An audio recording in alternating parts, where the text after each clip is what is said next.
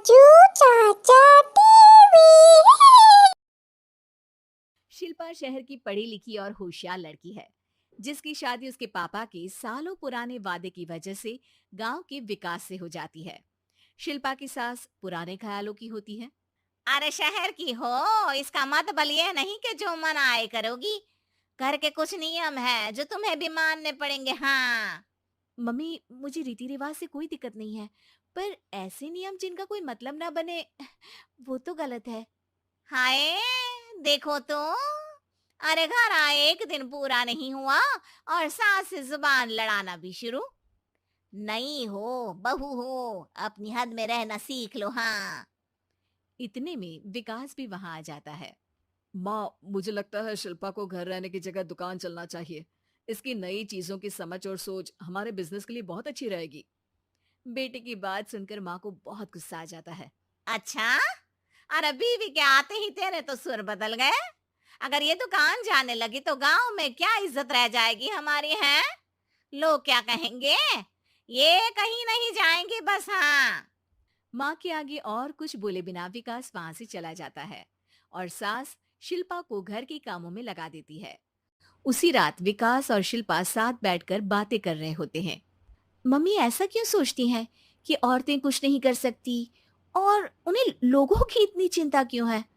पापा की डेथ के बाद माँ ने दुकान संभालने की कोशिश की थी, पर लोगों ने उल्टी सीधी बातें सुनाकर उनका आत्मविश्वास इतना गिरा दिया कि वो कुछ कर ही नहीं पाई और सोचने लगी कि शायद औरतें ये सब कर ही नहीं सकती। इसलिए उनसे भी नहीं हुआ।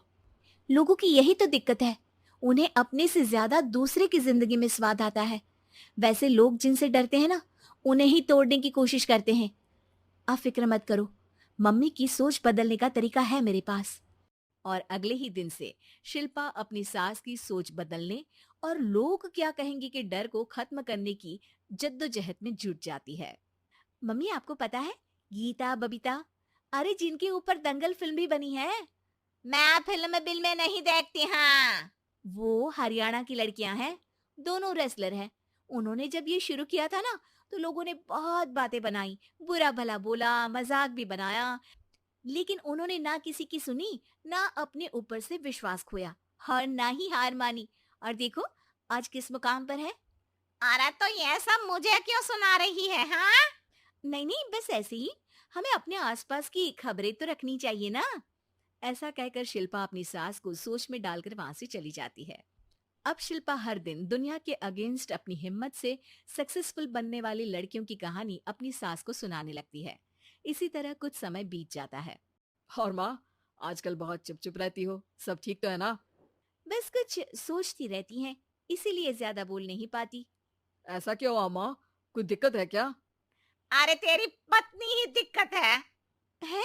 मैंने क्या किया? अरे रोज मुझे कुछ समझाने के मकसद से एक नई कहानी सुनाती है, पर खुद नहीं जानती कि मुझे सब पहले से पता है। हाँ। तो फिर दिक्कत क्या है माँ? लोग क्या कहेंगे? अरे उनका तो काम ही है कुछ ना कुछ कहना। आप ये सोचो कि उन्हें नजरअंदाज करके हम साथ मिलकर किस ऊंचाई पर पहुंच सकते हैं।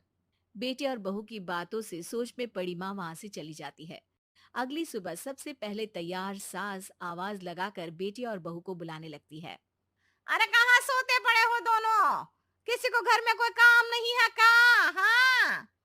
सास की आवाज सुन शिल्पा भागती हुई कमरे से बाहर निकल आती है, जिसके पीछे विकास भी बाहर आ जाता है।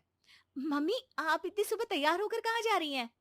अरे किसी नई शुरुआत से पहले भगवान का आशीर्वाद बनता है या नहीं? मैं सीधा दुकान जाऊंगी, तुम काम निपटा कर आ जाना है। सास की बात सुन शिल्पा और विकास खुशी से फूले नहीं समाते। ये हुई ना मेरी माँ वाली बात।